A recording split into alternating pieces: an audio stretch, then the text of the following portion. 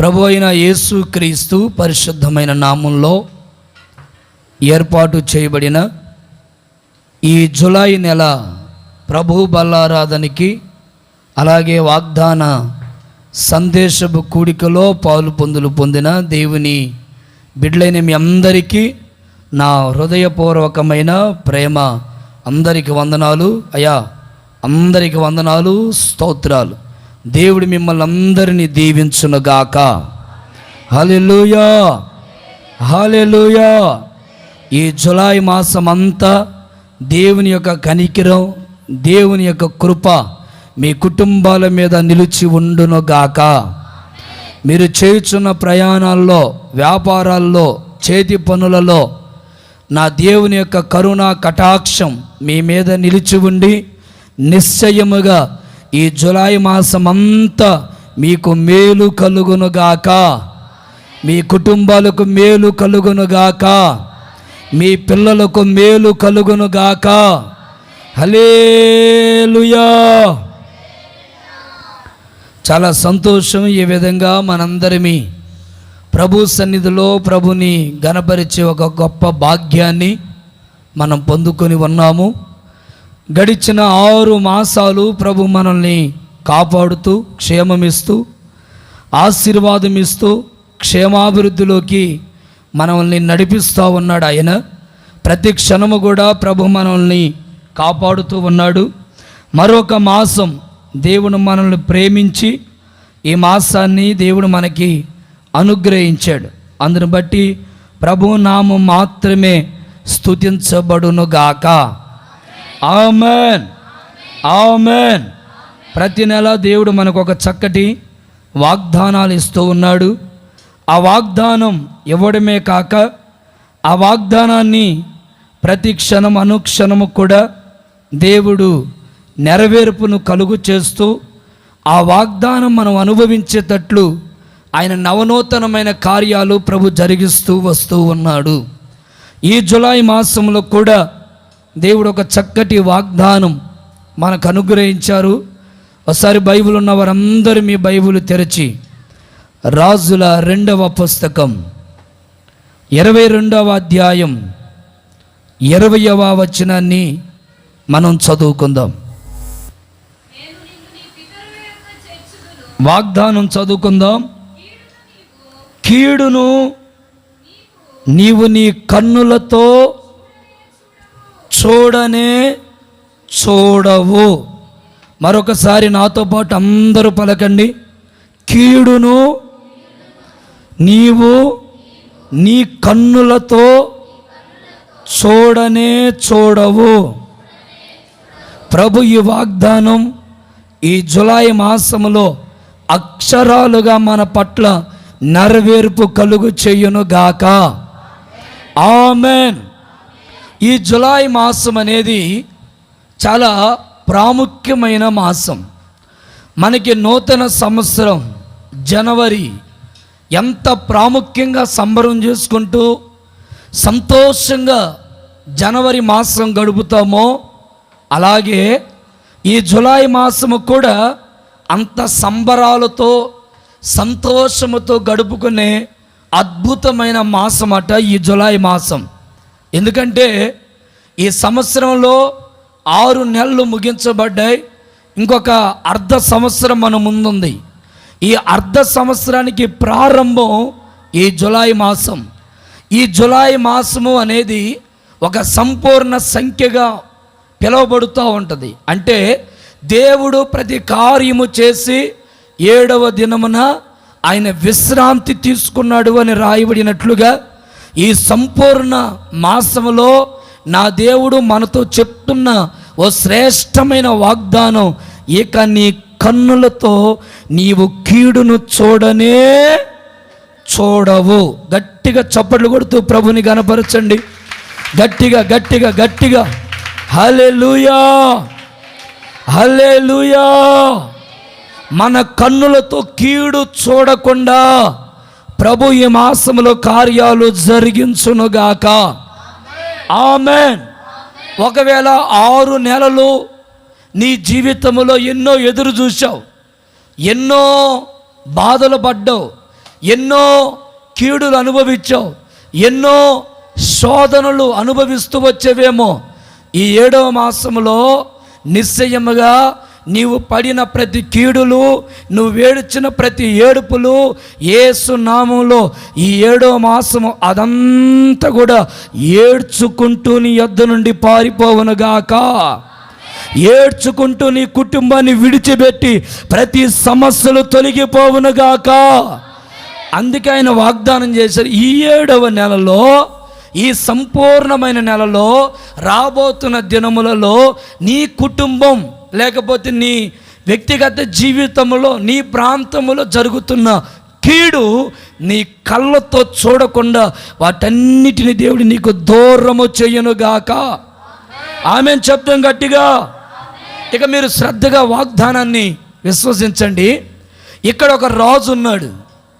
Israel ప్రజల్ని రాజులు పరిపాలన చేస్తూ వచ్చారు. ఒక రాజు తర్వాత ఒక రాజు, ఒక రాజు తర్వాత ఒక రాజు, ఇలా ఇజ్రాయెల్ ప్రజల్ని పరిపాలన చేసుకుంటూ వస్తూ ఉన్నారు. ఇక్కడ యోషియా అనే ఒక రాజు మనకు కనబడతాడు. ఈ రాజట 8 సంవత్సరాల వయసులోనే రాజు అయిపోయాడు. ఎన్ని సంవత్సరాల వయసు? 8 సంవత్సరాల వయసులో, 8 సంవత్సరాల వయసు నుండి ఇంచుమించుగా 31 సంవత్సరం యెరూషలేములో ఇతడు రాజుగా ఏలుబడి చేశాడు. ఇతడు ఏలుబడి ఆషామాషిగా ఇతడు ఏలుబడి చేయలేదు. నేను రాజును కదా, నేను ఎలాగుంటే ఏమిలే అన్నట్లుగా అతడు రాజ్యాన్ని పరిపాలన చేయలేదు. ఈ 7 నెలలో చాలా జాగ్రత్తలు వహించి, చాలా బాధ్యతలు తీసుకొని, చాలా నమ్మకముగా తన జీవితాన్ని పరిపాలన చేస్తూ వచ్చాడు. చూడండి, చిన్న వయసులోనే దేవుని తెలుసుకున్నాడట. ఒకటి, ఈయన 8 సంవత్సరాల వయసులో రాజు అయినప్పుడు అప్పటి నుండే ప్రభుని ఆరాధించడం మొదలుపెట్టాడు. 2, దేశంలో ఉన్న విగ్రహాలను, ఉన్నత స్థలాలను వాటన్నిటిని తొలగించాడట ఈయన పరిపాలనలో.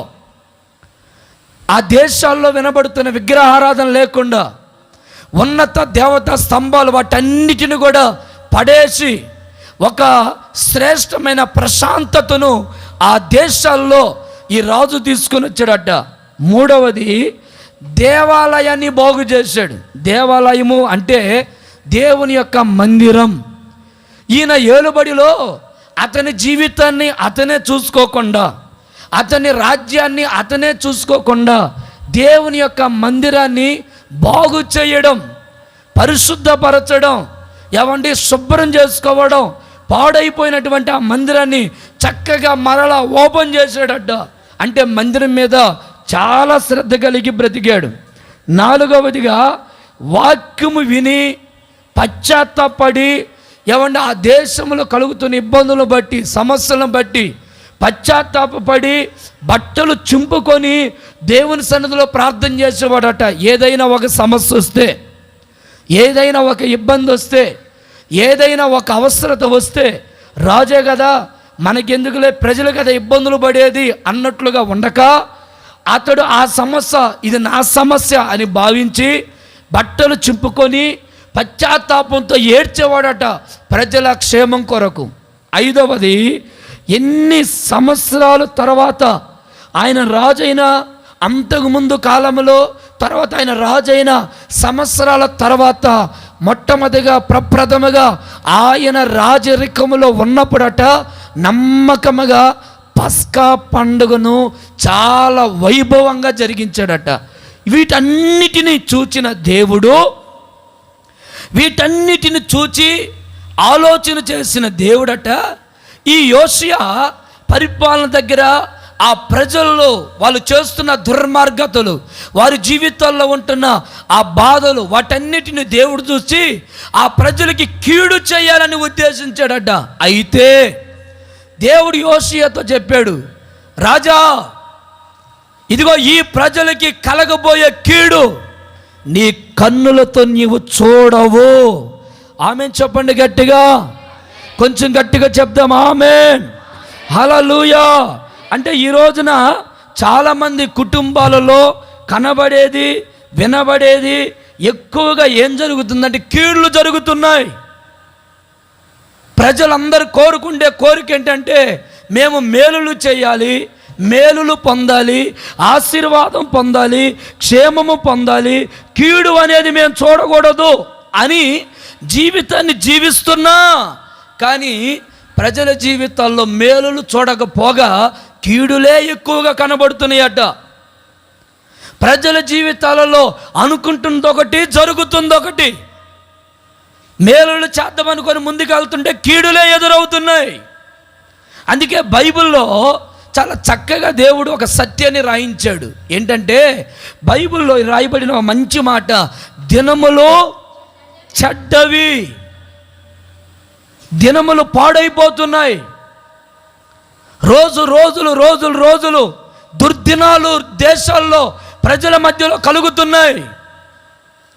మనిషి ప్రశాంతంగా బ్రతకలేకపోతున్నాడట, మనిషి సుఖంగా ప్రయాణం చేయలేకపోతున్నాడట, మనిషి సుఖంగా ఒక ఉద్యోగానికి ఒక వ్యాపారానికి వెళ్ళలేకపోతున్నాడట, మనిషి సుఖంగా తన బిడ్డల్ని సంతోషంగా స్కూల్కి పంపలేకపోతున్నారట.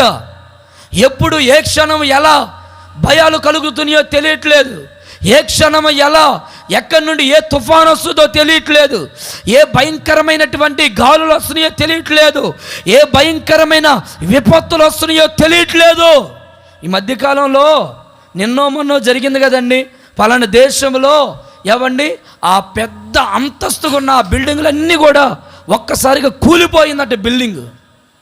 బిల్డింగ్ కూలిపోయి ఆ బిల్డింగులో ఉంటున్న ప్రజలందరూ ఆ బిల్డింగులో రాళ్ళ కింద పడి చచ్చిపోయారు.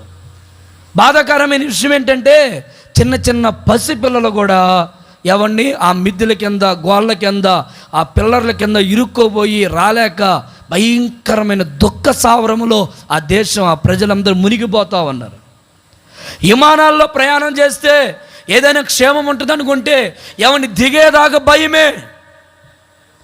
ఏదైనా దేశంకి వెళ్ళి కాసేపు సేద తీర్చుకొని వద్దామనుకొని వెళ్దాం అనుకుంటే ఆ దేశంలో క్షేమం లేదు. అంటే దేశంలో భూమి మీద ఎటు వెళ్ళాలన్నా పొరపాటున సంతోషముతో కూడిన అనుభవాలు కలగట్లేదు, కలగకపోగా కీడులు ఎక్కువైపోతున్నాయి. అందుకే యేసు ప్రభు మత్తయి సువార్తలో ఒక మంచి మాట అంటాడు. ఏమని? 6వ అధ్యాయం 34వ వచనం, ఏ నాటికి కీడు ఆనాటికి, ఏ నాటికి కీడు ఆనాటికి చాలు. ఈరోజున చాలామంది మనుషుల్లో రకరకాల భయాలు, కలవరాలు, అభ్యంతరాలు, లోకములో ఏ ఒక్కరిని చూసినా భయంకరమైనటువంటి కీడు చేయాలి, వ్యక్తిగత జీవితంలో రకరకాల భయాలు. అందుకే ఈ మాసములో నేను దేవుని పాదాల దగ్గర కూర్చున్నప్పుడు నేనేదో ఒక ఆశీర్వాదముతో కూడిన మాట మాట్లాడాలని ఈ శుద్ధీకరణ కూడికలో ప్రార్థన చేసుకుంటూ ఉన్నాను. అయితే గత రాత్రి ప్రభు ఎందుకో ఈ మాట నాకు తెలియపరిచాడు. ఆ మాట విన్నప్పుడు కొంచెం నా మనసులో బాధ కలిగింది, మరొక పక్క సంతోషము కలిగింది. బాధ ఏంటంటే ఏంటి ఈ నెలలో దేవుడు కీడు గురించి మాట్లాడుతున్నాడు అనే బాధ. సంతోషం ఏంటంటే కీడు మన కుటుంబాలకు రాకుండా ప్రభు మన కుటుంబాలని కాపాడబోతున్నాడు. ఆమె చెప్పండి గట్టిగా, హల్లెలూయా. లోకములో ఉన్నవారు కీడును కాక మేలే చెయ్యాలని ఎంత ప్రయత్నం చేస్తున్నా మనిషి జీవితంలో అస్సలకి మేలు కలగట్లేదట. బైబిల్లో యేస్కేలు ప్రవచన గ్రంథం 21వ అధ్యాయం 7, 8 లేదా 6, 8, 7 వచనాలు చదువుదాం.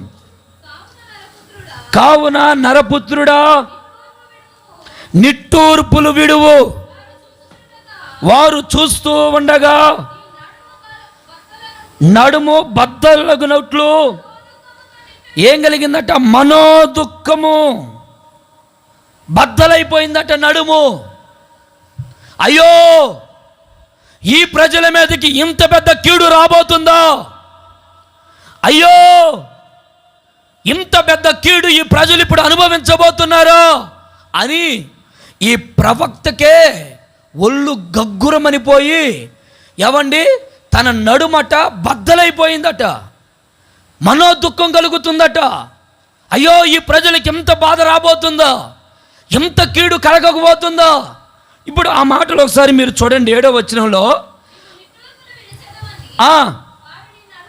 వారు నిన్ను అడుగగా శ్రమ దినము వస్తుంది బిడ్లారా,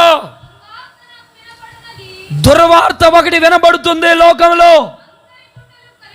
చూడండి, అందరి గుండెలు కరిగిపోతున్నాయట, అందరి చేతులు బలహీనమవుతున్నాయట, అందరి మనస్సులు అధైర్యపడుతున్నాయట, అందరి మోకాలు నీరు గారిపోతున్నాయట.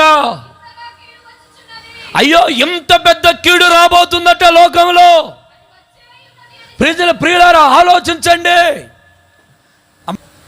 ఒక ప్రవక్త గుండెలు అదిరిపోతున్నాయి, నడుము కదిలిపోతుంది, హృదయంలో మనోదుఖం. అయ్యో ఈ ప్రజలకి ఇంత పెద్ద కీడు రాబోతుందా. ఆ మాట వింటున్న ప్రజలలో వణుకు పుడుతుందట, వణుకు. ఒక్కొక్కరి చేతులు వణికిపోతున్నాయి, చేతులు బలహీనమవుతున్నాయి, కాళ్ళల్లో నీరు కారిపోతూ ఉంది. వారి జీవితంలో సంతోషం అనేది ఒక్కసారిగా కూలిపోయింది. అంత పెద్ద కీడు రాబోతుందట లోకం మీదకి. మీ జీవితంలో ఇలాంటి సమస్యలు మీరు ఎప్పుడైనా ఎదుర్కొన్నారా? కొన్నిసార్లు మనం హాస్పిటల్కి వెళ్ళినప్పుడు ఆ హాస్పిటల్లో డాక్టర్లు ఉండి ఏవండి ఇప్పుడు దాకా బాగానే ఉంది అని చెప్తా ఒక్కసారిగా డాక్టర్లు ఉండి ఇక మేము చెప్పలేమమ్మా, అబ్బాయి పరిస్థితి ఏం బాగలేదు, అమ్మాయి పరిస్థితి ఏం బాగలేదంటే ఆ మనిషి ఎలాగుంటాడు? ఏం కాలే కానీ ఫాస్ట్ గారు ఏముందో జరుగుద్ది అని అంటామా? ఒక్కసారిగా మనకు తెలియకుండా మన చేతులు వణుకుతూ ఉంటాయి, మనకు తెలియకుండా మన గుండె అదురుతూ ఉంటుంది, మనకు తెలియకుండానే మన నోరు తడబడుతూ ఉంటుంది, మనకు తెలియకుండానే మన కాలంలో ఏం గారిపోతాయి? నీళ్లు గారిపోతాయి. ఒక్కసారిగా అప్పుడు దాకున్నటువంటి ఆ హుషారు, ఆసక్తి ఏది ఉండదు. ఆ మాట విన్న వెంటనే భయంకరమైన టెన్షన్, భయంకరమైన మనోవేదన, భయంకరమైన దుఃఖం. ఈ మాటలు యేస్కేలు ప్రవక్త వింటుంటేనే తన గుండెల్లో భయం పుట్టిందట. అయ్యో ఇంత పెద్ద కీడు ప్రజల మీదకి రాబోతుంది. అయితే ప్రభు చెప్తున్న మాట ఏంటంటే, ఎంత పెద్ద కీడు మిమ్మల్ని భయపెట్టే సమస్యలైనా, మిమ్మల్ని కృంగదీసే సమస్యలైనా, మిమ్మల్ని అధైర్యపరిచే సమస్యలైనా, మీ చేతులు బలహీనమయ్యే సమస్యలైనా, అది ఎంత పెద్ద కీడైనా ఈ మాసంలో రాబోతున్న దినములలో మీ కళ్ళతో మీరు చూడకుండా ప్రభు అది దాన్ని దూరము చెయ్యునుగాక. గట్టిగా చప్పలు కొడుతూ ప్రభుని కనపరుద్దాం. గట్టిగా హల్లెలూయా. భయపడద్దు, రేపు ఏం జరుగుద్దో. అయ్యో ఈ దేశం మీదకి ఇంత పెద్ద కీడు రాబోతుందా, అయ్యో ఇంత పెద్ద మరణాలు రాబోతున్నాయా అని ఎక్కడ భయపడవద్దు, కలవరపడద్దు. దేవుడు అంటున్నాడు, నీ కళ్ళతో కీడును నువ్వు చూడవు. Amen, amen. నీ కళ్ళతో ఎదురవుతున్న రాబోతున్న ఆ దుర్దినాల్లో మనం ఉండకూడదు. వాటిని చూడకుండా ప్రభు రాజ్యానికి మనలందరినీ ప్రభు ఆయత్తపరుచునుగాక. ఆమెన్ శబ్దం గట్టిగా ఆమెన్. ఒక దైవజనుడిగా నేను ఆశపడుతూ కోరుకుంటున్నాను, ఈ కీడులన్నీ మన కళ్ళతో మనం చూడకుండా ప్రభు మనలందరినీ భూమి మీద తప్పించునుగాక, తప్పించునుగాక, తప్పించునుగాక, తప్పించునుగాక. ఈ కీడు ఇక నీవు చూడవు. అదే ఈ నెలలో వాగ్దానం. నీ కుటుంబంలో ఏ కీడు నువ్వు చూడవు, నీ పిల్లల జీవితంలో కలుగుతున్న ఏ కీడు నువ్వు చూడవు, నీ వ్యాపారంలో కలుగుతున్న ఏ కీడును నువ్వు చూడవు, నీ దేశంలో, నీ ప్రాంతంలో, నీ కుటుంబంలో కలుగుతున్న ఏ కీడును నువ్వు చూడవు. ప్రతి కీడును నీవు చూడకుండా నా ప్రభు తప్పించునుగాక, తప్పించునుగాక. హల్లెలూయా. మన జీవితంలో ఎలాంటి పరిస్థితుల ద్వారా కీడులు కలగబోతున్నాయి? ఏమండి, రకరకాల కీడులట మన పరిస్థితులను బట్టి రాబోతున్నాయి. కొన్ని కీడులు ఎక్కడో బయట జరుగుతున్న ఆ సునామీ, లేకపోతే దేశాల్లో జరుగుతున్న యుద్ధాలు, వీటి గురించి కాదు. కొన్ని కీడులు మన జీవితాల్లోనే జరగబోతున్నాయట. మన కుటుంబాల్లోనే కొన్ని కీడులు బయటికి రాబోతున్నాయట. మన కీడులు దేవుని సన్నిధిలో ఉంటున్న మనం వాటిని అనుభవించకుండా, వాటిని అనుభవించనివ్వకుండా, ఆ కీడు మనను చూడకుండా ప్రభు ఈ మాసములో చెయ్యునుగాక. ఆమేన్. రాబోతున్నటువంటి కీడులు ఎక్కడి నుండి వస్తాయి? ఇప్పుడు దేశాల్లో నుండి వస్తుంటే మనకి వినపడతాయి. అక్కడి నుంచి రావట మన జీవితాల్లో నుండి, మన కుటుంబాల్లో నుండి, మన ప్రాంతాల్లో నుండి కొన్ని కీడులు బయలుదేరుతున్నాయట. వాటన్నిటిని చూడకుండా ప్రభు మనల్ని కాపాడునుగాక. మొట్టమొదటిగా చూడండి, బైబిల్లో సామెతల గ్రంథం 4వ అధ్యాయం 16వ వాక్యాన్ని చదువుదాం. అట్టివారు కీడు చేయకుండా నిద్రింపరు, ఎదుటి వాడిని పడద్రోయినది వారికి నిద్ర రాదు. చాలు. మొట్టమొదటిగా ఎవరి వల్ల కీడు రాబోతుందంటే దుష్టుల ద్వారా, దుర్మార్గుల ద్వారా కీడు రాబోతుందట కుటుంబాల మీదకి. ఇక్కడ కొంతమంది ఉన్నారట. సొలొమోన్ రాజు గారు రాస్తున్నారు ఏమనంటే, కొంతమంది దుష్టులు ఉన్నారు.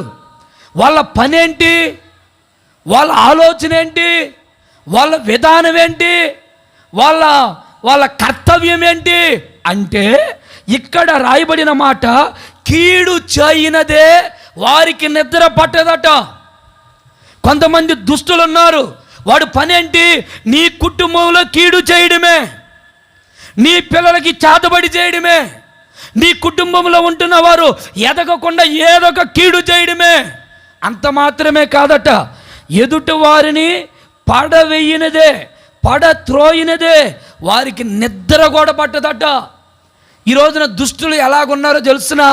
మన కుటుంబాల్లో కానీ, ప్రాంతంలో కానీ, మన ఇరుగు పొరుగు వాళ్ళు కానీ ఎలాగున్నారంటే రకరకాల కీడులు తలపెట్టి వారుగా ఉన్నారు. ఎక్కువ కీడులు చేస్తున్నారట. ఏమండి, దుర్మార్గమైనటువంటి పనులు, బలవంతులు, ధనవంతులు, అధికారులు వాళ్ళని ఉపయోగించుకొని, బలవంతులను ఉపయోగించుకొని అండబలము, కుల బలము, మత బలము, వర్గాల బలము, ప్రాంత బలము, రాజకీయ బలము, దాన్ని వినియోగించుకొని ఎలాగైనా సరే ఈ బిడ్డకి, ఈ కుటుంబానికి, ఈ సంఘానికి, ఈ సేవకునికి కీడు చెయ్యాలి, కీడే చెయ్యాలి. వీడు భూమి మీద కనబడకూడదు, వీళ్ళ కుటుంబం పైకి రాకూడదు, వీళ్ళు హెచ్చించబడకూడదు, వీళ్ళు పడిపోవాలి, ఈ కుటుంబంలో నవ్వు కనబడకూడదు, ఏడుపు పుట్టాలి, ఎప్పుడు సమస్యలు ఉండాలి, ఎప్పుడు శోధనలు ఉండాలి, ఏదో ఒక విషయంలో ఈ కుటుంబం ఇరుక్కోవాలి అని దుష్టులు, దుర్మార్గులు పంతం బట్టి వాళ్ళు బలవంతులతో చేతులు కలిపి, రాజకీయ వ్యక్తులతో చేతులు కలిపి నీ కుటుంబంలో కీడు చేయడానికి తలపెట్టబోతున్నారట. ఈ మాసములో ఆ కీడు నువ్వు చూడకుండా ప్రభు నీకు సహాయము చెయ్యనుగాక. ఆమేన్ చెప్దాం గట్టిగా, ఆమేన్. లోతు అనే ఒక నీతిమంతుడు బైబిల్లో ఉన్నాడు. ఆయన పేరు లోతు అని రాయబడింది. వినండి, ఈ లోతు తన కుటుంబం కానీ, అతడు కానీ చాలా నీతిమంతుడు, చాలా భక్తి కలిగిన వాడు. ఒక రిఫరెన్స్ బైబిల్ నుంచి మీరు చూడండి. పేతురు రాసిన 2వ పత్రిక 2వ అధ్యాయం 8-7 వచనాలు చదువుదాం. 7 వచనాలు, 8వ వచనం. దుర్మార్గుల కామ వికారమైన నడవడి చేత బహు బాధపడిన నీతిమంతుడకు లోతును ఆ నీతిమంతుడు వారి మధ్య కాపురముండి వారు చూచిన వాటిని బట్టియో వినిన బట్టియో వారి అక్రమమైన క్రియల విషయములో దినదినము నీతిగల తన మనసును నొప్పించుచు వచ్చెను. ఇక తలల పైకెత్తి వాక్యం వినండి. ఇక్కడ లోతు అనే వ్యక్తి ఉన్నాడు, భక్తుడు రాస్తున్నాడు. అతడు నీతిమంతుడే, అతడు యథార్థంగానే బతుకుతున్నాడు.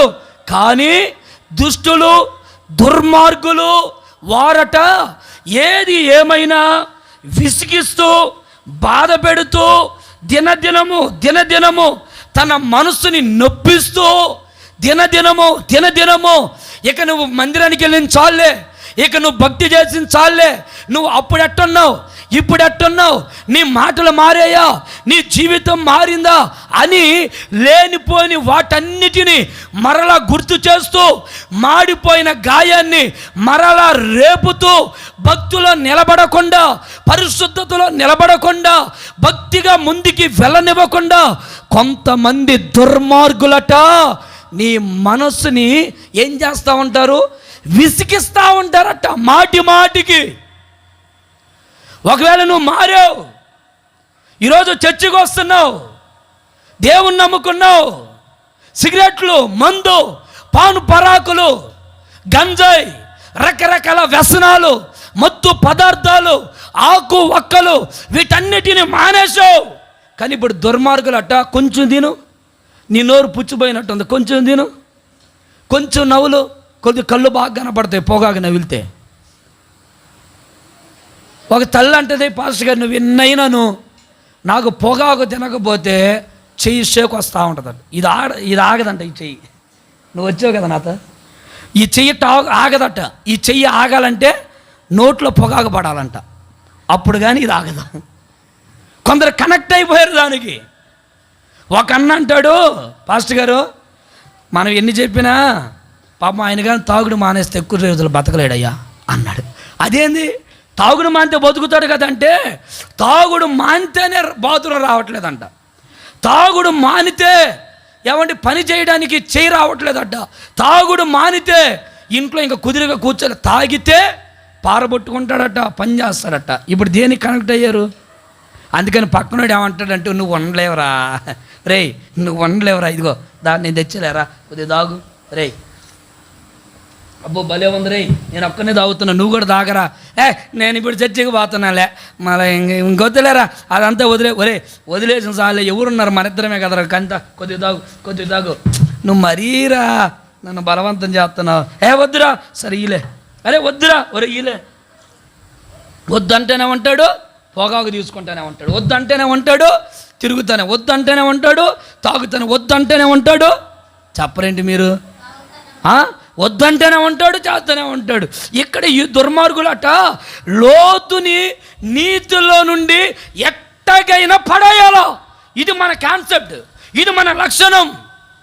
ఈడు చర్చికి వెళ్ళకూడదు, ఈ కుటుంబము ఎదగకూడదు, ఈ కుటుంబంలో ఉద్యోగాలు రాకూడదు, వీళ్ళు మంచిగా ఒక స్థితిలో మన ఊర్లో ఈ కుటుంబాలు ఉండకూడదు, ఎట్టగైనా అనచాలా, ఎలాగైనా సరే ఈ కుటుంబం పైకి రాకుండా చెయ్యాలా. రకరకాల కీడులు లోతు కుటుంబంలో తలబెడతా వచ్చారట. ఆది కాండంలోకి వద్దాం, ఆయన చరిత్ర రాయబడింది 19వ అధ్యాయం 9వ వాక్యాన్ని ఒకసారి చదువుతారా? ఈ మనుషులు నా ఇంటి నీడకు వచ్చిన మీరు ఏమి చెయ్యొద్దు. ఇక్కడ చూడండి, లోతు ఉన్నాడండి. అయితే దేవదూతలట సదమ గొమొర ప్రాంతం దగ్గరికి వచ్చారు.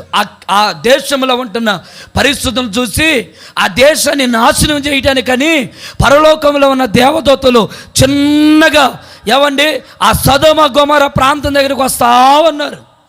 లోతు చూశాడు, అయ్యో వీరెవరో సేవకులాగున్నారే, వీరెవరో దేవుని బిడ్డలాగున్నారే, వీరు పరలోకములో నుండి వస్తున్న ఒక దేవదూతలే అని వెంటనే ఆ దేవదూతల దగ్గరికి వెళ్ళి, అయ్యా దేవదూతలారా, సేవకులారా, మా ఇంట్లో అడుగు పెట్టండి, ఈరోజు మా ఇంట్లో ఉండండి, రేపొద్దున్నే మీరు వెళ్ళండి, దయచేసి రండి అయ్యా. అబ్బాయి ఇప్పుడు నాకు కుదరదు బాబు, మేము వేరే పని మీద వెళ్తున్నాం అట్టనద్దయ్యా. దయచేసి మా ఇంట్లోకి రాయ్యా, దయచేసి మా ఇంట్లో అడుగు పెట్టయ్యా, దయచేసి మా ఇంట్లో ఒక భోజనం చెయ్యని బతిమలాడుతా ఉన్నారట. మనమైతే ఎవరైనా సేవకులు వచ్చారనుకోండి, ఏమండి మనం ఏం చేస్తాం?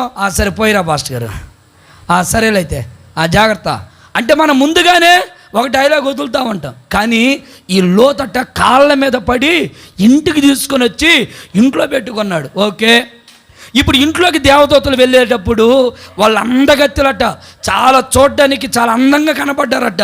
అయితే ఈ విషయాల్ని ఊరిలో ఉన్న వాళ్ళు చూశారు. రే, ఎవరో ఇద్దరు అందగత్తెలు లోతు కుటుంబంలోకి వెళ్ళారా, ఆ లోతు ఇంట్లోకి తీసుకుపోయి గడిపెట్టారా, మనందరం బాదం పండి వాళ్ళతో పాపం చేద్దాం పండిరా అని ఆ ఊరిలో ఉన్న కొంతమంది కుర్రోళ్ళు, కొంతమంది వ్యక్తులట దుమ్ముగా వచ్చి పడ్డారు. అక్కడ మీరు చదవండి, ఒక్కసారిగా వచ్చి తలుపులు ధన కొడుతున్నట్ట. తలుపులు తీరా, లేదో తలుపులు తీ అని ధన దుమ్ముగా వచ్చి పడ్డారట. లోతు వెంటనే గడిపెట్టి అలా వెనక నుండి తిరిగి వచ్చి, అయ్యలారా దయచేసి ఆగండి, రే మర్యాద ఒక డోరుది. ఇప్పుడు నీ ఇంట్లోకి వచ్చినటువంటి వాళ్ళతో నేను పాపం చేయాలా, మేము వాళ్ళతో వ్యభిచారం చేయాలి, వాళ్ళు అందంగా ఉన్నారు, డోరుదే అంటే ఈ లోతు అంటాడు, అయ్యలారా దయచేసి నన్ను క్షమించండి, వాళ్ళు నా ఇంటి కొరకు వచ్చారు, దయచేసి వాళ్ళు మీరు ఏమనొద్దు, అవసరమైతే నాకు 2 ఆడపిల్లలు ఉన్నారు, ఆ 2 ఆడపిల్లలనైనా మీరు పాపం చేసి మీరు సుఖించండి తప్ప దయచేసి నా ఇంటి నీడకొచ్చిన వీళ్ళని మాత్రం మీరు ఏమనొద్దు, దయచేసి మీరు వెళ్ళిపోండి అని చెప్తుంటే అప్పుడు వీళ్ళు అన్నమాట, ఎవర్రా ఈడు, ఒక పరదేశిగా ఈ ఊరికి వచ్చాడు, మన ఊరు కాదు, మన ప్రాంతం కాదు, మన కాలనీ కాదు, మన భాష కాదు, ఇప్పుడు ఈడు మనకి వ్యతిరేకంగా లేచాడు, ఇక్కడ మన మాటల్ని జరగనివ్వట్లేదు, ఈడు మనకే ఒక అడ్డుబండగా నిలబడిపోయాడు, మనల్ని దగ్గరికి రానివ్వకుండా బయటికి నడుతున్నాడు. ఈడు అధికారం ఏంటి ఇక్కడ, ఈడు మాటలు మనం వినడం ఏంటి? ఆప్రాల్ బచ్చగాడు, ఆప్రాల్ పనికిరాని వాడు, వాడి మాట నేను వినేదేంటి అని ఊర్లో ఉన్న వాళ్ళందరూ ఏకమయ్యారని అక్కడ మనం బైబిల్లో చక్కగా చూస్తాం. చూడండి, ఏమండి ఆ మాట అండమే కాదట, లోతుని దినదినము బాధ పెడుతున్నారట. ఎవరు? దుష్టులు, దుర్మార్గులు. ప్రతిరోజు బాధ, ప్రతిరోజు వేధింపులే, ప్రతిరోజు నలిగిపోయే మాటలే. ఏదో ఒకరోజు కాదు, 2 రోజులు కాదు. ఏమండి, ఏదో తెలుసో తెలియకో తప్పు జరిగింది కదా, ఏదో తెలుసో తెలియకో మత్తు పదార్థాల్లో, వ్యభిచారంలో, పాపములో, దొంగతనములో ఇరుక్కున్నాం కదా, ఇక దాంట్లో నుంచి బయటకు వచ్చాం. అయిన ప్రజలు దుర్మార్గముగా, నీచముగా ప్రతిరోజు ఆ గాయాన్ని రేపుతూ, ఏమండి మన జీవితాల్లో దేవుని వైపు తిరిగిన మనల్ని ప్రతిరోజు హింసిస్తూ దినదినము చచ్చిపోయేటట్లు చేస్తున్నారట. లోతుకి మనశ్శాంతి లేదు, లోతుకి నెమ్మది లేదు, లోతుకి ఏమండి ఎక్కడ ప్రశాంతత కనబడలేదు. అసలు లోతు చేసిన తప్పేంటి అంటే, ఈ లోతు పాపము చేయకుండా అడ్డుపడ్డాడు గనుక అంతే. ఇక లోతులో ఏ పొరపాటు లేదండి, ఆ పాపము చేయకుండా అడ్డుపడ్డాడు. అక్కడ మీరు చూస్తారా, 19వ అధ్యాయం 9వ వచనం,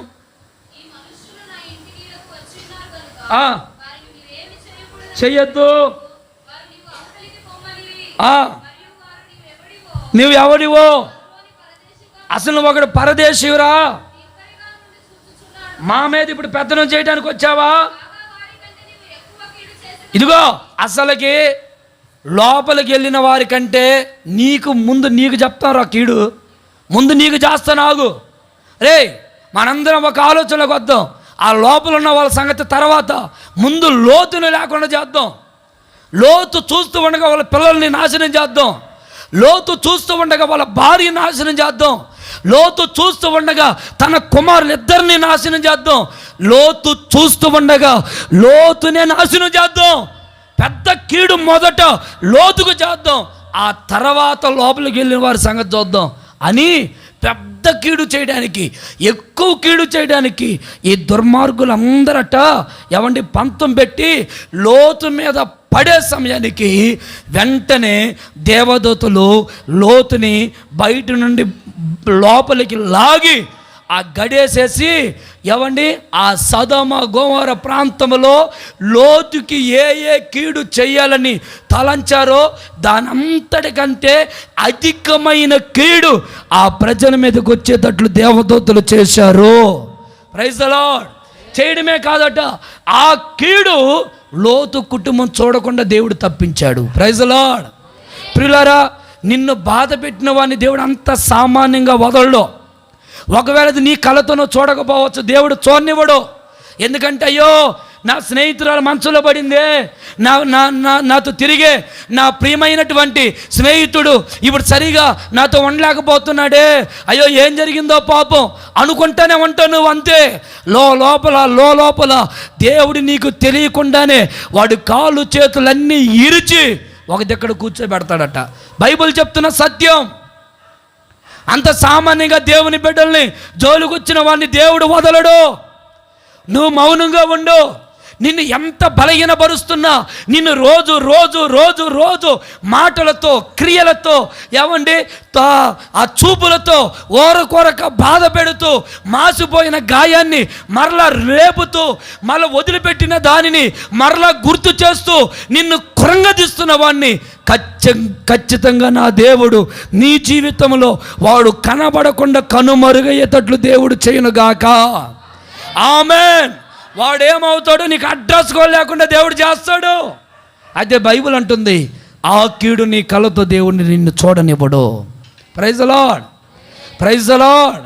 అంటే మనం అనుకోవచ్చు మన కీడు చేసే వాళ్ళు మనకు కనబడకపోవచ్చు, ఖచ్చితంగా వాళ్ళు తుక్కు రేగొడతాడు దేవుడు. అంత సామాన్యంగా వదలడు.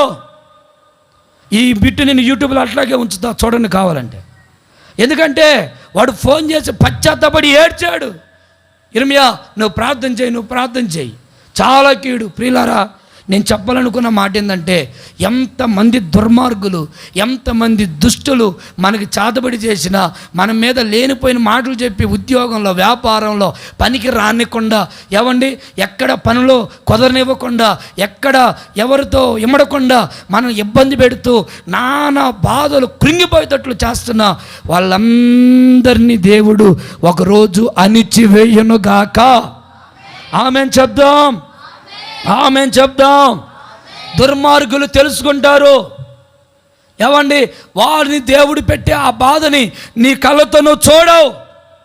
దేవుడు లోతుని తీసుకొని బయట పడేసాడు. ఇదిగో లోతు, వెనక్కు చూడమాకు, వెనకేం జరుగుతుందో చూడమాకు, ఆ ప్రజల పరిస్థితులు ఏమవుతున్నాయో చూడమాకు, అయ్యో అమ్మో ఎందుకు ఇలా జరిగిందో అనమాకు, ముందే చూసుకుంటే వెళ్ళిపో, వెనక్కి తిరగమాకు. ఈ పిచ్చిది మాయలోకంలో ఆడవాళ్ళతో ఈ డోక్రాలు పొదుపులు ఈ వడ్డీలు ఈ ముచ్చట్లు ఈ వ్యవహారాల్లో ఉండే ఆ స్త్రీ మాత్రం చిన్నగా వెనక్కి తిరిగిందట. ఏం జరిగింది అక్కడ అమ్మా? ఇప్పటికీ అందా ఉప్పు స్తంభం. ఇప్పటికీ దేవుడు చెప్పిన మాట వినకుండా వెనక తిరిగింది. అయ్యో పాపం మా అక్క ఏం చేస్తుందో ఏమో, ఆ అమ్మాయి ఈరోజు పొదుపు కట్టాలా వచ్చేవాళ్ళే అని పాపం ఆంపించి ఆమెది. ఆ అక్కలకు ఉండేది ఆలోచన వాళ్ళకి కదా. వెనక్కి తిరిగిన తర్వాత ఉప్పు స్తంభం అయిపోయింది. అంటే కీడు మనం చూడకూడదు, అది చూడకుండా దేవుడు మనల్ని తిప్పివేయునుగాక. ఆమేన్. మొదటిగా ఏం చెప్పానండి? దుష్టుల ద్వారా కలిగే కీడు అది నీ కన్నులతో నీవు చూడనే. ఆమేన్. రెండో మాట, సమూయేలుకు రాసిన మొదటి గ్రంథం 20వ అధ్యాయం 7వ వాక్యం 27. అతడు మంచిది అని సెలవిచ్చిన ఎడల నీ దాసునైన నాకు క్షేమమే కలుగును. అతడు బహుగా కోపించిన ఎడల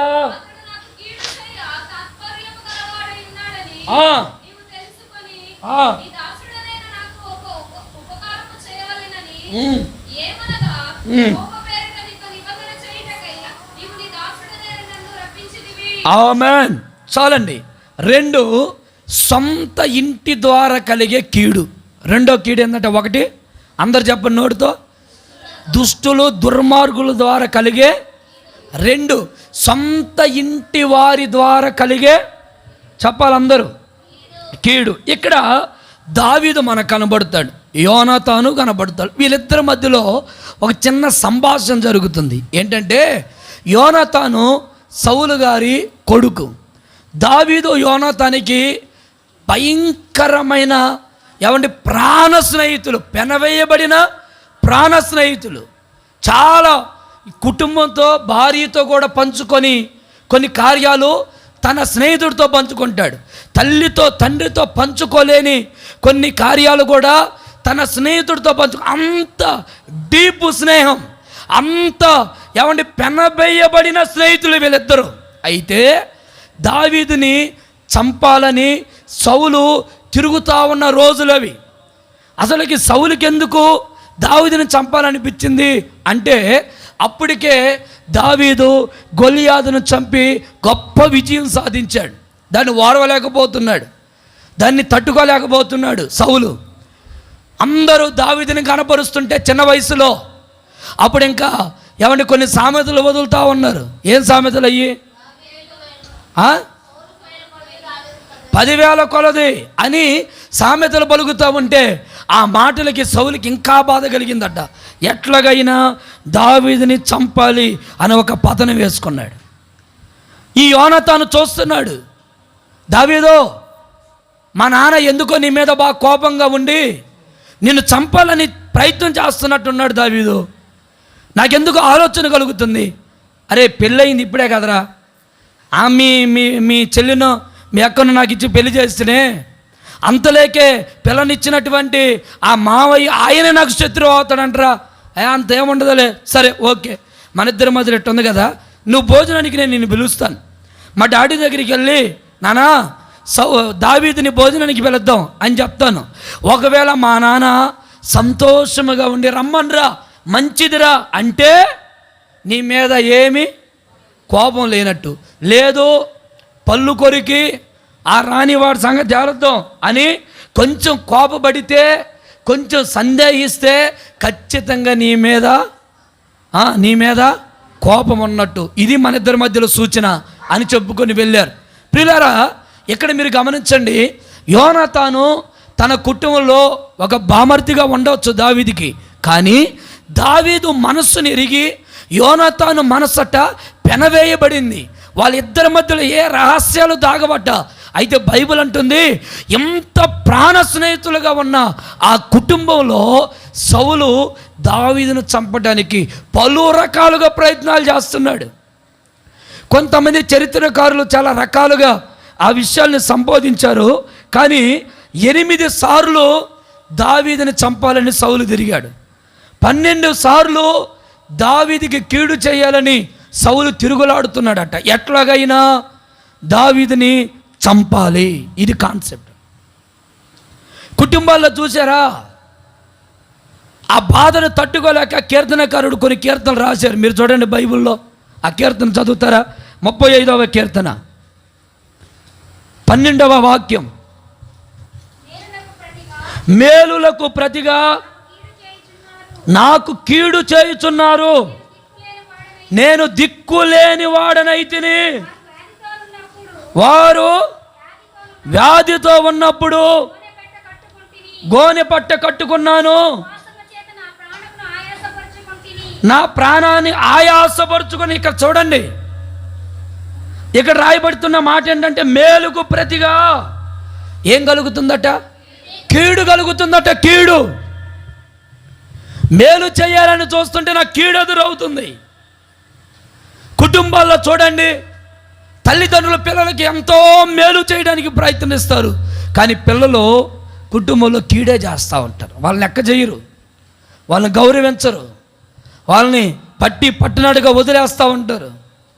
కుటుంబాల్లో మామ దావీదుని కీడు చేయడానికి పలు రకాలుగా ప్రయత్నం చేస్తుంటే దావీదట ఎక్కిలు పెట్టి ఏడుస్తున్నాడట. ఇంకొక మాట చూస్తారా, 55వ కీర్తన 12-13 వాక్యాలు. నన్ను దూషించిన వాడు ఎవడు? బయటడు కాదండి, శత్రువు కాదు. ఒకవేళ శత్రువు అయి ఉంటే నేను సహించేవాడిని. మీకు అర్థమవుతుందా నా మాటలు? తలల పైకి ఎత్తానండి. దావీదు అంటాడు, ఏడుస్తా, బాధపడుతా, అయ్యో అని ఒక మూలం కూర్చొని ఏడుస్తున్నాడట. ఆ ఏడుపులో ఏమండి ఈయన కీర్తన రాస్తున్నాడు. ఏమన్నా తెలుసా? నన్ను బాధ పెడుతుంది ఎవడో బయటోడు కాదు.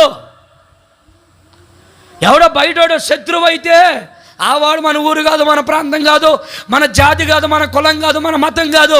వాడంటే నేనెందుకు బాధపడాలా అని ధైర్యంగా ఉండొచ్చు. కానీ దావీదును బాధ పెడుతుంది ఎవరు?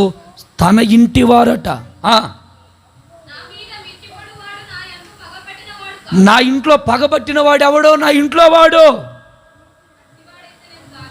ఒకవేళ బయటోడై ఉంటే నేను దాక్కునేవాడిని, కానీ ఇంట్లో వాడి దగ్గర ఎలా దాక్కుంటాం?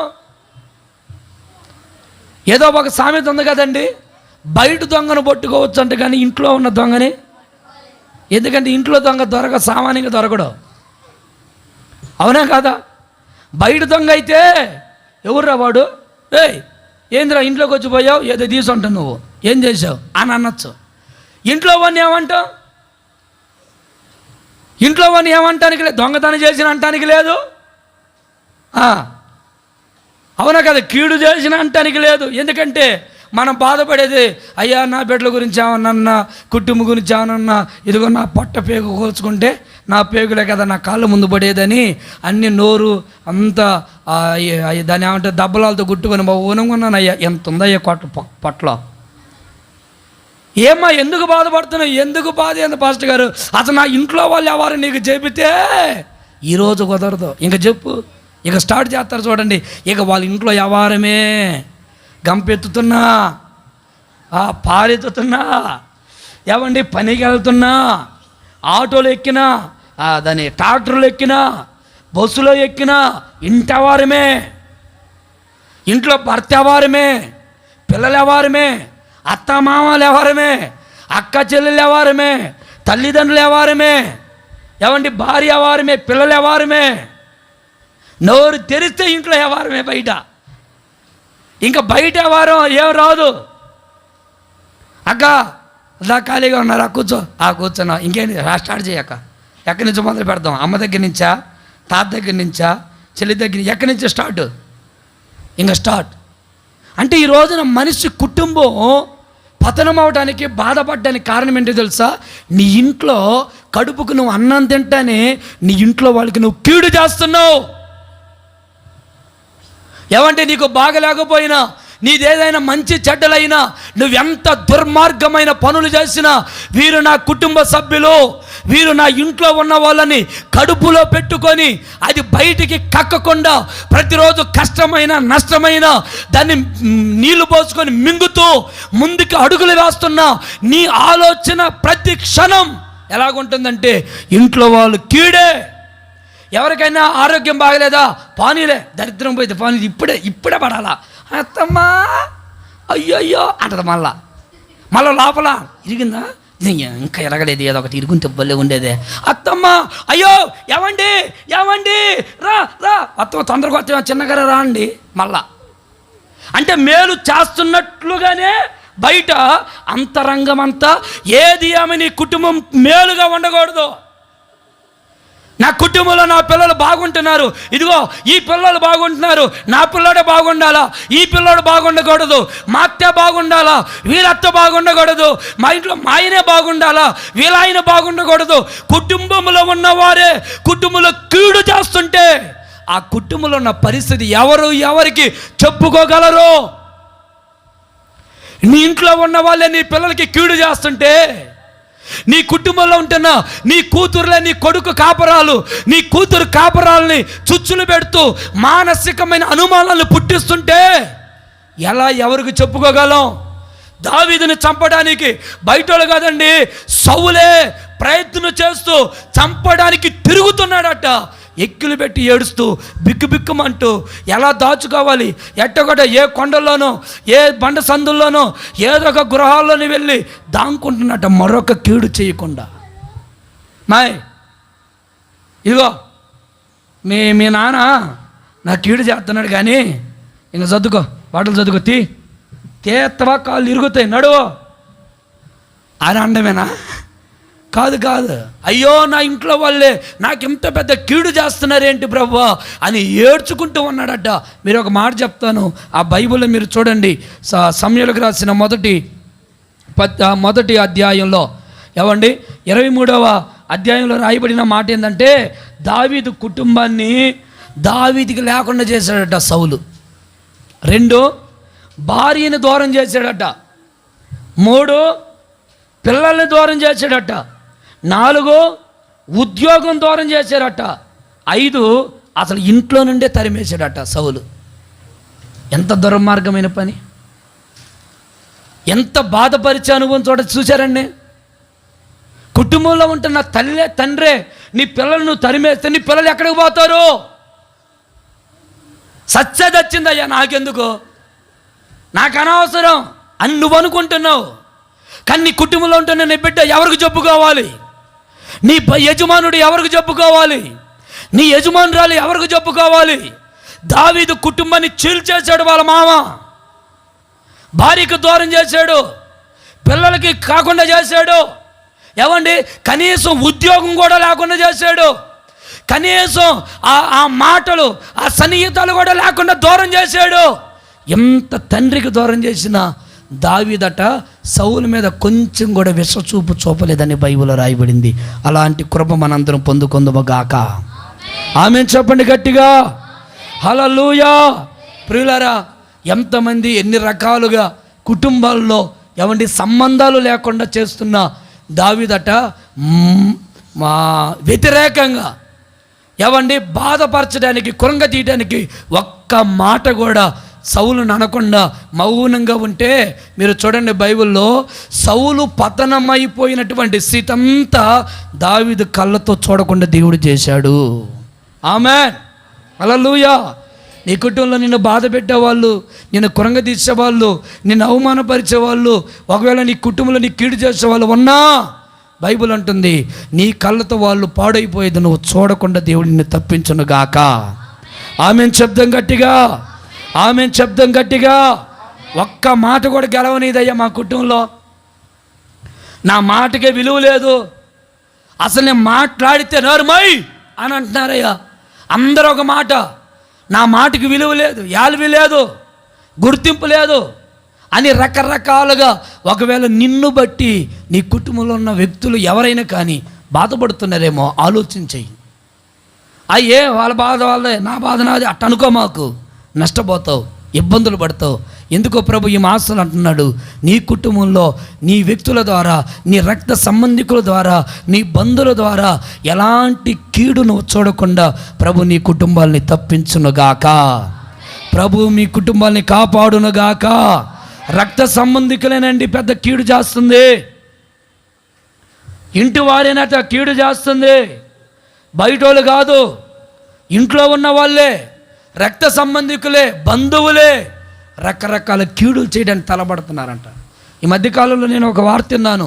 అదేంటంటే తమ్ముడి యొక్క ఏవండి ఆ ఎదుగుదలని అన్న ఓర్చుకోలేక, అన్న ఎదుగుదలని తమ్ముడు ఓర్చుకోలేక ఇద్దరు ఒకరికొకరు చేతబడులు చేయించుకున్నారు. మీకు తెలుసా ఇది? ఆయన ఈయనకి చేపించాడు, ఈయనకి తెలియకుండా ఆయనకి చెప్పి ఇద్దరు మంచంలో ఉన్నారు.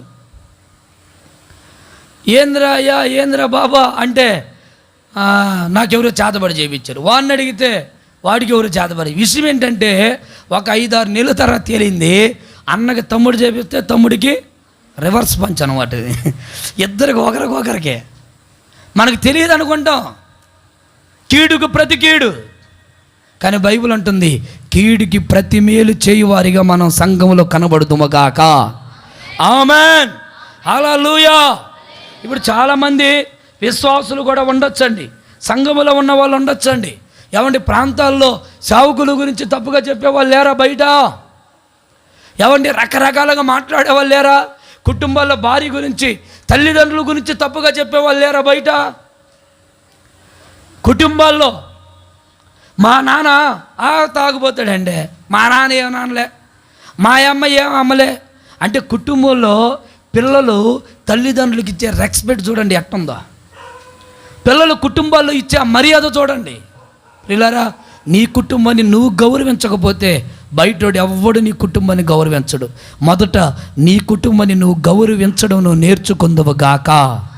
దాని అర్థం సంఘములోనైనా, సమాజంలోనైనా, వ్యక్తిగత జీవితంలోనైనా నీ పిల్లల్ని నువ్వు వాళ్ళని గౌరవించాలి. నీ భార్య నువ్వు గౌరవించాలి, నీ అత్తమామలు నువ్వు గౌరవించాలి. ఎవరో గౌరవించడం కాదు, మొదట నువ్వు గౌరవించాలి. నువ్వు గౌరవిస్తేనే కదా బయట వాళ్ళు గౌరవించేది. నీ కుటుంబంలో నువ్వు మేలు చేస్తేనే కదా బయట వాడు చేసేది. నీ కుటుంబానికి నువ్వే కుంపట పెడతా ఉంటే ఆ కుటుంబ పరిస్థితులు ఎలా ఉంటాయి? అందుకే ఎందుకో ఈ మాసంలో ప్రభు అంటున్నారు, ఒకవేళ కుటుంబాల ద్వారా కలిగే కీడుని నీ కుటుంబాల్లో నువ్వు చూడకుండా ప్రభు వాటన్నిటిని నీకు దూరము చెయ్యనుగాక. ఆమేన్, ఆమేన్. ఇక్కడ చెన్నై పోయే రూట్లో సూలూరుపేట అనే ఒక ఊరు ఉంది. అక్కడ చర్చికి వెళ్ళే వాళ్ళే ఏమండి, వాళ్ళ ఇంట్లో వాళ్ళ అత్త కోడల్ని తిడుతుందని, కోడల్ని సనుగుతుందని, గొనుగుతుందని నెల రోజులు చూసింది. నెల రోజుల తర్వాత ఏం చేసిందో చెప్పనా? HIV ఇంజక్షన్ తీసుకుని వచ్చి వాళ్ళ అత్తకి వేసింది. HIV injection. నిజమండి, నవ్వుతారండి మీరు.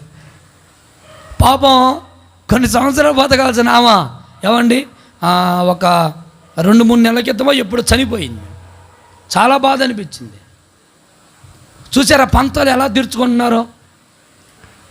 మన కుటుంబాల్లో మనం అలా ఉండక మేలు చేయువారిగా మనం ఉందుము గాక, మేలు చేసేవారిగానే మనం కనబడుదుము గాక.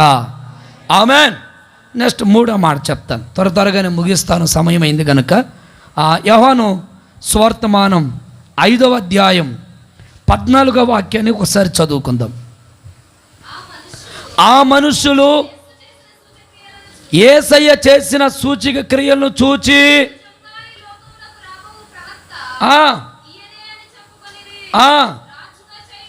ఏ వాక్యం చదువుతుందమ్మా? ఏ వాక్యం చదువుతానమ్మా?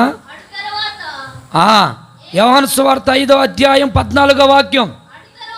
అటు తర్వాత యేసు దేవాలయములో వారిని చూచి, ఇదిగో స్వస్థత నొందితివి, మరి ఎక్కువగా కీడు నీకు కలగకుండునట్లు ఇక పాపం చేయొద్దు.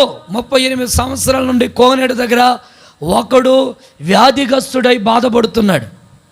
38 సంవత్సరాల నుంచి వాడికి స్వస్థత లేదు, ఆరోగ్యం లేదు, ఆరోగ్యంలో విడుదల లేదు. 38 సంవత్సరాల నుంచి ఆ బాధతో నలిగిపోతూ ఏమంటే అక్కడే పడిపోయాడు. నేను ఏమంటానంటే 38 సంవత్సరాల నుండి నీకెందుకు స్వస్థత కలగలేదు? నీ జీవితంలో నీకెందుకు ఆరోగ్యం రాలేదు? ఎందుకు నీవు అనారోగ్యంతో ఉన్నావు అంటే ఈ వ్యక్తి గురించి రాయబడింది, ఎన్ని సంవత్సరాల నుంచి ఉన్నా ఆ పాపాన్ని ఆయన మానలేదట. ఆమెన్ చెప్పండి, చేతులు పైకెత్తి గట్టిగా ఆమెన్. ఆయన జీవితంలో ఉన్న పాపం అంటే ఈ రోజున ఎక్కడ అడుగు పెట్టాడు? బెతెస్దా కోనేరు అనబడుతున్న దేవుని మందిరం. దేవుని మందిరానికి వచ్చి కూర్చున్నాడు. దేవుని సంఘములో ఉన్నావు, సేవకుల ఉపదేశాలు వింటున్నావు, అపోస్తుల సహవాసంలో ఉంటున్నావు. ఏమండి, ప్రభువైన యేసు క్రీస్తు మన కొరకు చిందించిన ఆ పరిశుద్ధమైన రక్త మాంసాలలో పాలి భాగస్తులుగా మార్చబడుతున్నావు. అయినా నీకెందుకు స్వస్థత రావట్లేదు అంటే 38 సంవత్సరాల నుంచి ఈయన ఉన్న ఆయనలో పాపం విడిచిపెట్టలేదట. పాపం. యేసు ప్రభు వయసు కంటే ఈయన రోగం చాలా సీనియర్. ఇతడు యేసు ప్రభు కంటే ఇతని రోగములో చాలా ఎక్స్పీరియన్స్ కలిగి ఎంతో ఎదుగున్నాడు. ఎంతో సంవత్సరాల నుంచి మందిరానికి వస్తున్నాడు. ఆయన మందిరానికి వచ్చినప్పటి నుండి మనం ఇంకా పుట్టేమో లేదో అన్నట్లుగా భక్తి చేసే వాళ్ళు ఉన్నారు. అయినా వాళ్ళు ఇంకా పాపంలో ఉన్నారట. ఇంకా చెప్పండి అందరూ, పాపంలో ఉన్నారు. ఎన్ని సంవత్సరాల నుంచి భక్తి చేస్తున్నావు బ్రదర్? అయ్యా నేనా నాకు తెలుసు ఒక 30-40 సంవత్సరాల చర్చికి వెళ్తున్నా. మరి నీ జీవితంలో సినిమాలు మానేవా? మానలేదయ్యా. మరి నీ జీవితంలో సిగరెట్లు మానేవా? మానలేదయ్యా. మరి నీ జీవితంలో అబద్ధాలు మానేవా? మానలేదయ్యా. మరి నీ జీవితంలో ఇతరుల్ని దూషించడం, హింసించడం, బాధపరచడం, గాయపరచడం, పాపపు మాటలు నీ జీవితంలో నుంచి నువ్వు విడిచిపెట్టావా? విడిచిపెట్టలేదయ్యా. అందుకే ఈ రోగం ఇంకా తగ్గట్లేదట. అంటే ఈ రోజున మందిరానికి వస్తున్నావు, వాక్యం వింటున్నావు, ప్రార్థన చేసుకుని వెళ్తున్నావు, నీ గుండెల్లో ఉన్న పాపాన్ని ఇంకా నువ్వు విడిచిపెట్టట్లేదు. అందుకే నీకు స్వస్థత రావట్లేదు. అందుకే నీ జీవితంలో ఆరోగ్యాన్ని పొందలేకపోతున్నావు. ఎవరిని మోసం చేయడానికి ఇక్కడికి వస్తున్నావు?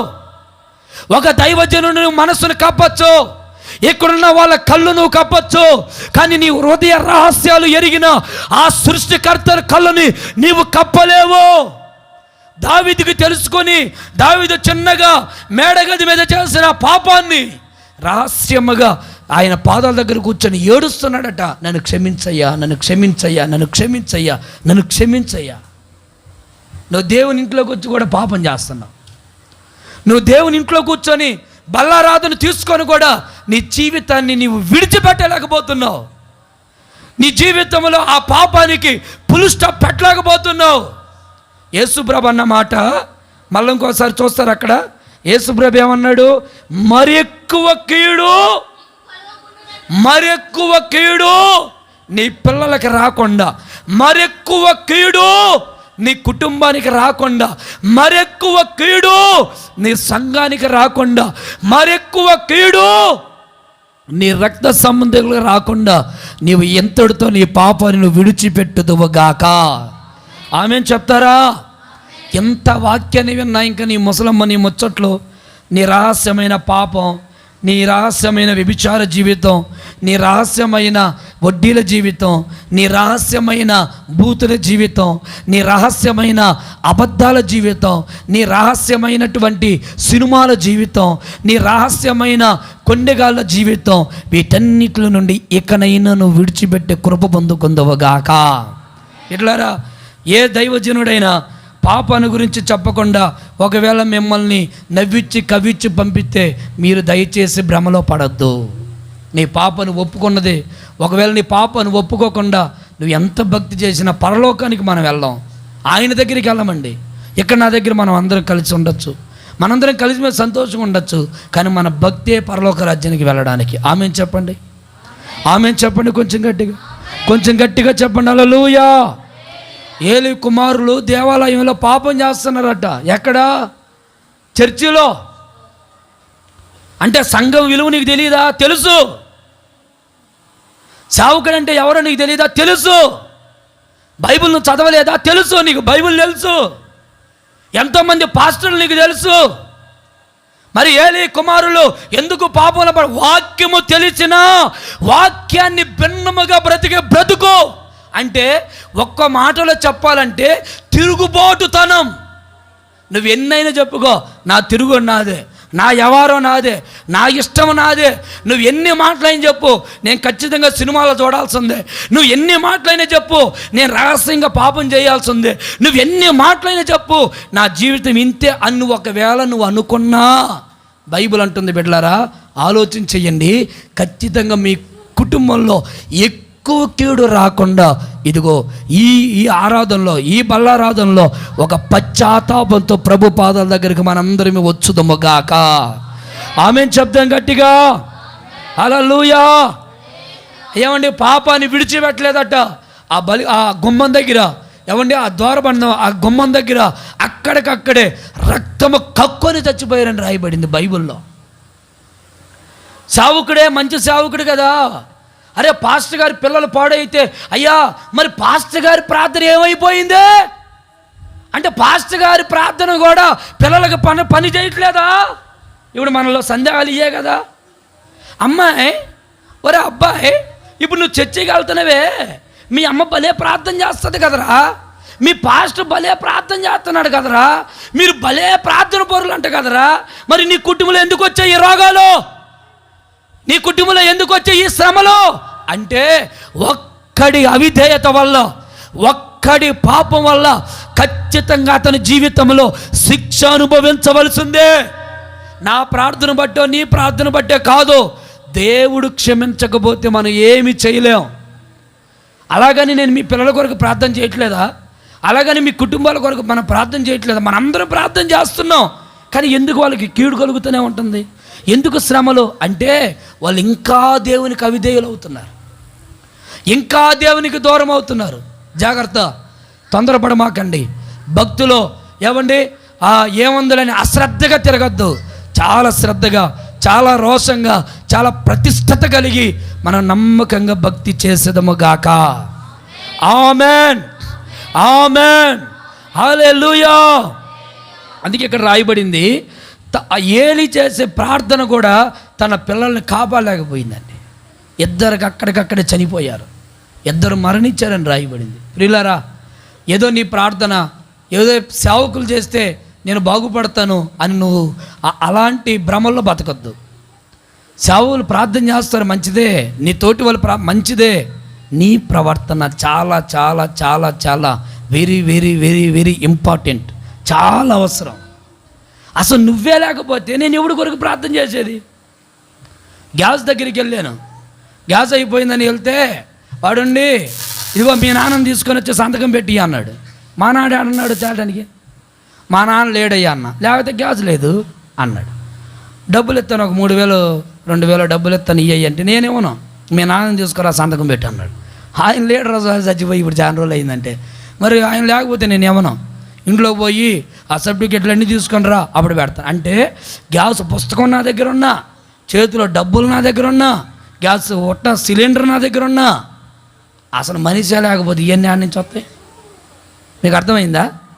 నువ్వు మారకుండా నేను అన్నలు కూర్చొని రోజు ప్రార్థన చేస్తుంటే అసలు నువ్వే మారకపోతే నా ప్రార్థన ఇంకేం పని చేస్తుంది? నీలో కొంచెమైనా పని చేయిద్దా మారాలని? నీలో కొంచెమైన తృష్ణ రావద్దా? ఇక నా జీవితాన్ని క్రమపరుచుకొని ఇక నేను పాపం చేయకుండా బతికితే బాగుంటుందని?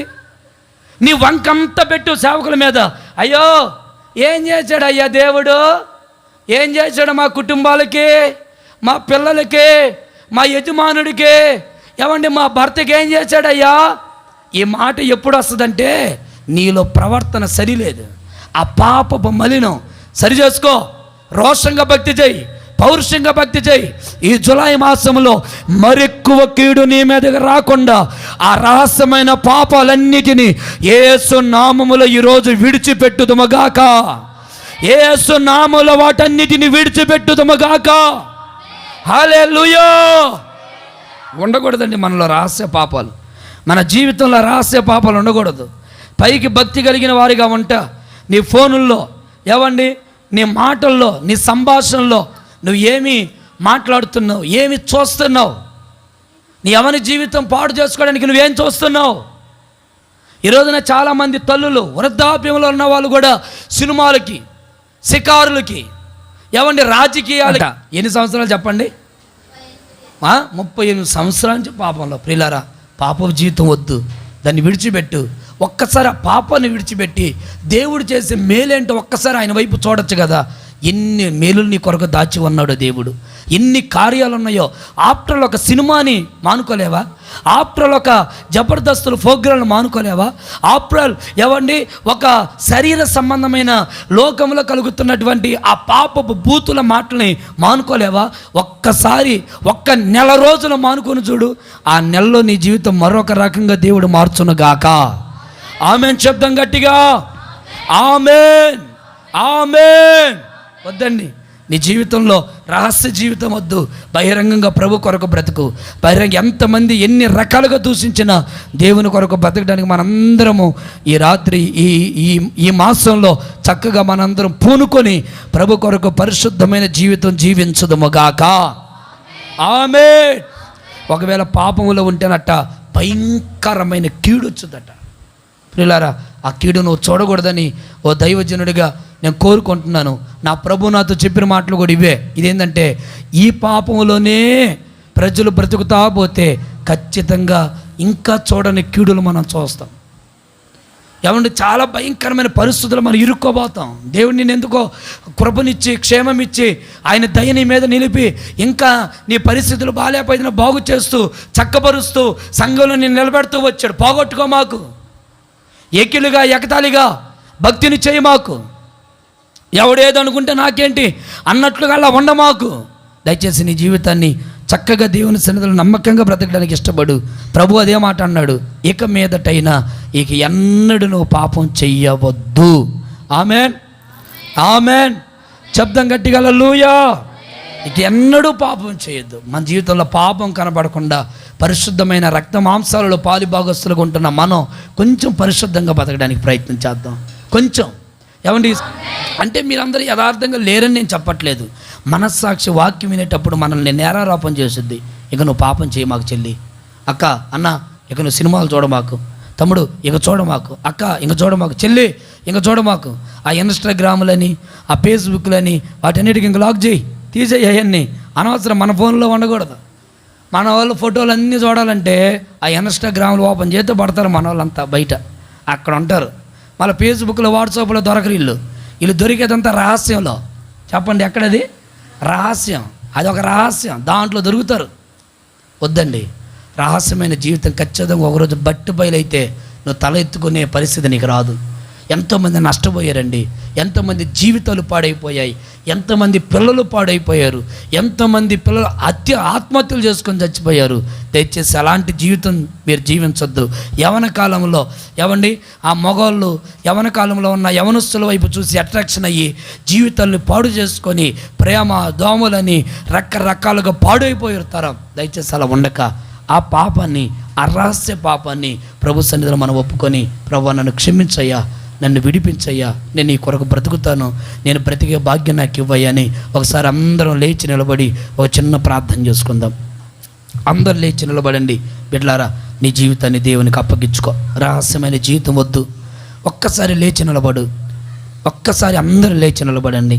ఒక చిన్న ప్రార్థన చేసుకో, చేతులు పైకెత్తు, కొంచెం చిన్న ప్రార్థన చేసుకో. ప్రభువా, మరెక్కువ కీడు ఇక నీకు రాకుండా దేవుడు దాన్ని తప్పించబోతున్నాడట. కీడు నీ కన్నులతో నువ్వు చూడవట. ఈ మాసంలో ఏ కీడు నీ కన్నులతో చూడకుండా దేవుడు కృప చూపించును గాక. అందరూ ఒక్క మాట అడగండి. ఎందుకో భయాలను పుట్టించే ఏమండి లోకంలో కలుగుతున్న ఇబ్బందుల గురించి దేవుడు మనకు తెలియపరుస్తూ వచ్చాడు. దుస్తుల వల్ల కీడు రాబోతుంది, ఇంట్లో వాళ్ళ కీడు రాబోతున్నాయట, పాపం వల్ల కీడు రాబోతుందట. మన జీవితంలో యొక్క పాపం వద్దండి, వద్దు వద్దు, విడిచిపెట్టు. తమ్ముడా, అన్న, అక్క, చెల్లి, వద్దు చెల్లి. ఒక్కసారి ప్రభుకు అప్పగించుకో నీ జీవితాన్ని, నీ యవన జీవితాన్ని. ఇప్పటిదాకా నీకు నచ్చినట్టుగా బతికావుగా, నీకు మెచ్చినట్లుగానే సినిమాలు చూసావుగా, నీకు మెచ్చినట్లుగానే సిగరెట్లు, మందు, పానుపరాకులు, గంజాయి, రకరకాల అలవాట్లలో పాలు పొందులు పొందావుగా. ఇప్పుడు దాకా నీకు నచ్చిన జీవితం జీవించావుగా. ఒక్కసారి ప్రభుకు నచ్చినట్టుగా నువ్వు బతకడానికి ఇష్టపడవా? నీ ఒక్క తీర్మానం చెయ్యి. ఇక నేను చూడనయ్యా, ఇక నేను పాపంలో పడినయ్యా, ఈ పాపపు మాటలు నాకు వద్దయ్యా, ఈ పాపపు జీవితం నాకు వద్దయ్యా, నీ కొరకు నేను బతుకుతానయ్యా, నీ కొరకు నేను జీవిస్తానయ్యా, నా బ్రతుకు మార్చుకుంటా, నా జీవితం మార్చుకుంటా, నా కుటుంబాన్ని మార్చుకుంటా.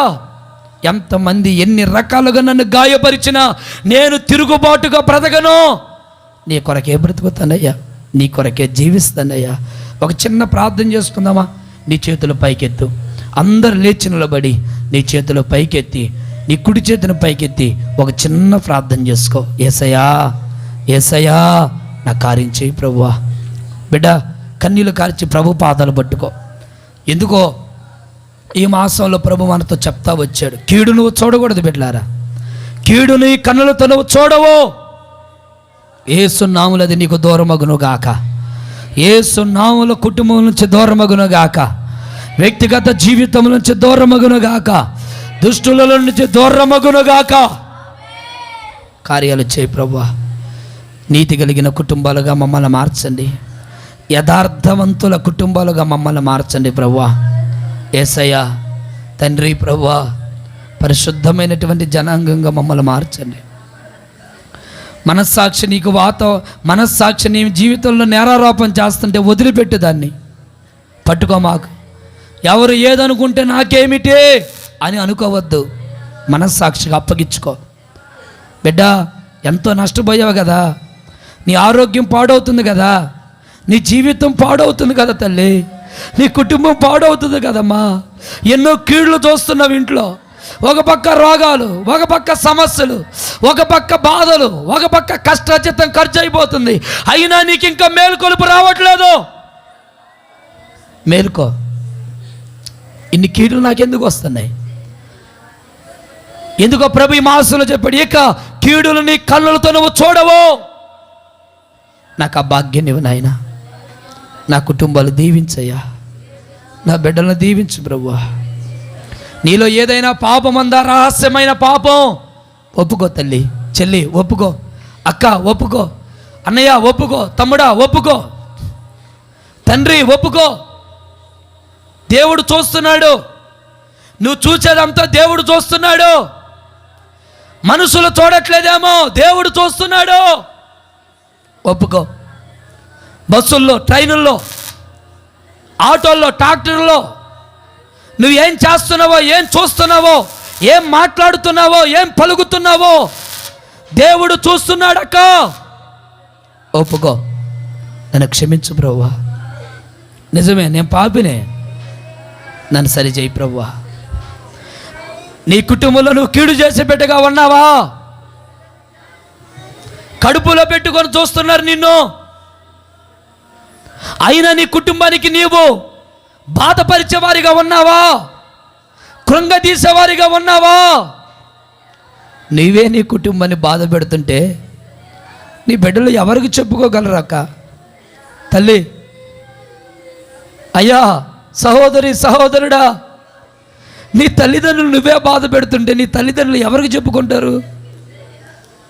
అయ్యో, నా కడుపుకు పుట్టిన నా కూతురే నన్ను బాధ పెడుతుంటే, అయ్యో, నా కడుపుకు పుట్టిన నా కొడుకే నన్ను బాధ పెడుతున్నాడే, నన్ను ఎవరు చూసుకుంటే ఎవరికి చెప్పుకోమంటారు? ఇంకా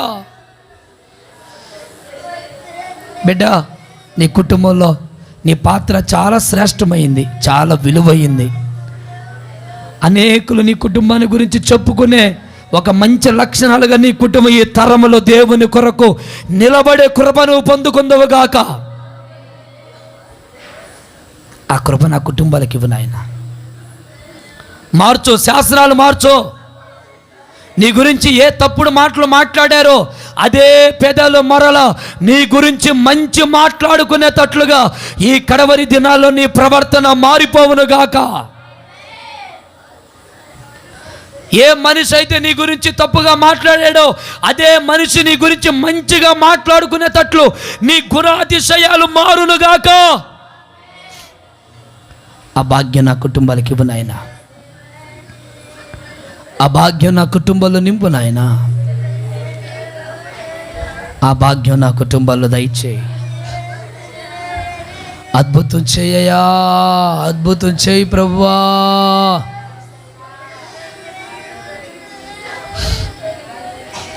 అద్భుతం చేయి ప్రభువా.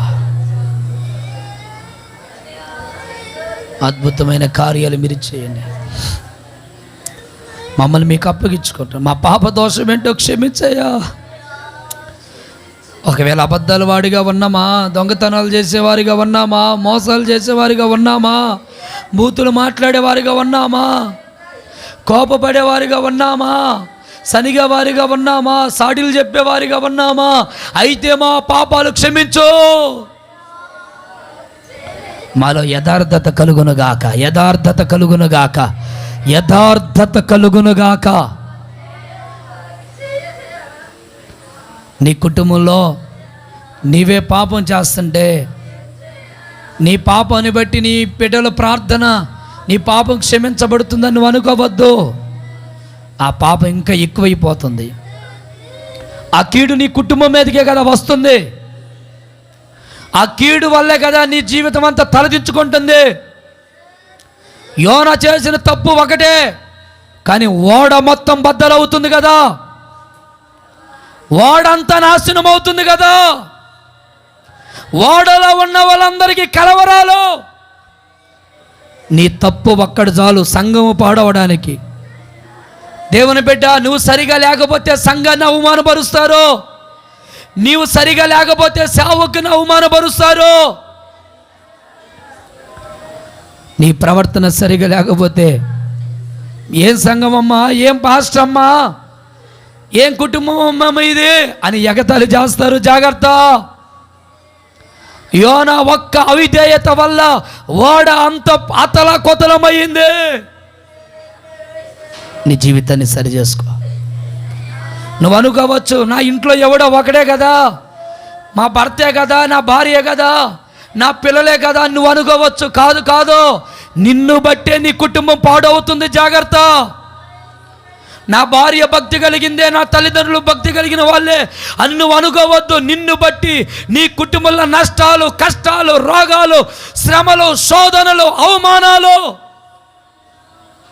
నువ్వు మారితే నీ కుటుంబం అంతా చక్కపరచబడుతుంది. బిడ్లారా, నువ్వు ఒక్కదానికి మారితే నీ పిల్లలందరూ సెట్ అయిపోతారు. నువ్వెందుకు దేవునికి అవిధేయుడిగా బతుకుతున్నావు? నువ్వెందుకు దేవునికి దూరంగా బతుకుతున్నావమ్మా? ఓ చెల్లి, నువ్వెందుకు దేవునికి దూరం అవుతున్నావు? ఓ యవనస్తురాలా, నువ్వెందుకు దేవునికి దూరంగా ఉన్నావు? నిన్ను బట్టి నీ తల్లిదండ్రులకి మేలు కలగట్లేదు, నిన్ను బట్టి నీ తల్లిదండ్రులకు అవమానం, నిన్ను బట్టి నీ కుటుంబంలో సంతోషం లేదు. ఓ తల్లి, నీ కుటుంబంలో నువ్వు ఎలా బ్రతుకుతున్నావు? మన జీవితంలో మనల్ని బట్టి ఎక్కడ అవమానం కలగకుండా మనం భక్తి చేయాలి. ఈ రోజుల్లో నిన్ను బట్టి నీ కుటుంబం పాడవుతుందా? సంఘము పాడవుతుందా? సేవకులు పాడవుతున్నారా నిన్ను బట్టి? అయితే నీ జీవితాన్ని సరి చేసుకోవడానికి ఇష్టపడు. ఒక్కరి అవిధేయత చాలు ఓడంత బద్దలవుతాడానికి. అయ్యా, నన్ను బట్టి నా కుటుంబం పాడవకూడదయ్యా. అడగచ్చగా ఒక్క మాటని, అందరు నాతో పాటు అనంది ఆ మాటని. అయ్యా, నన్ను బట్టి నా కుటుంబం పాడవకూడదయ్యా అని అడుగు అన్న, అయ్యా, చెల్లి, అక్క, తమ్ముడా, ఒక్క మాట అడగండి. యేసయ్యా అనండి, నాతో పాటు యేసయ్యా అని పిలవండి. కేకలవే, యేసయ్యా అని కేకేయి, యేసయ్యా అని బిగ్గరగా కేకేయి. నన్ను బట్టి నా కుటుంబం పాడవకూడదయ్యా, నా పిల్లలు పాడవకూడదయ్యా, నా తల్లిదండ్రులు పాడవకూడదయ్యా, నా సంఘానికి చెడ్డ పేరు రాకూడదయ్యా, నన్ను బట్టి నా ప్రాంతం తలదించుకోకూడదయ్యా. నా కుటుంబాన్ని దీవించయ్యా, నా ప్రవర్తన మార్చుకుంటానయ్యా, నా స్థితిని మార్చుకుంటానయ్యా, నా గుణాతిశయాన్ని మార్చుకుంటానయ్యా. మీ చేతులు అలాగే పైకెత్తి చిన్న ప్రార్థన చేసుకునండి. దైవజనుడిగా నేను మీ కొరకు ప్రార్థన చేస్తాను. దయచేసి మీ చేతులు పైకెత్తి, ప్రభువా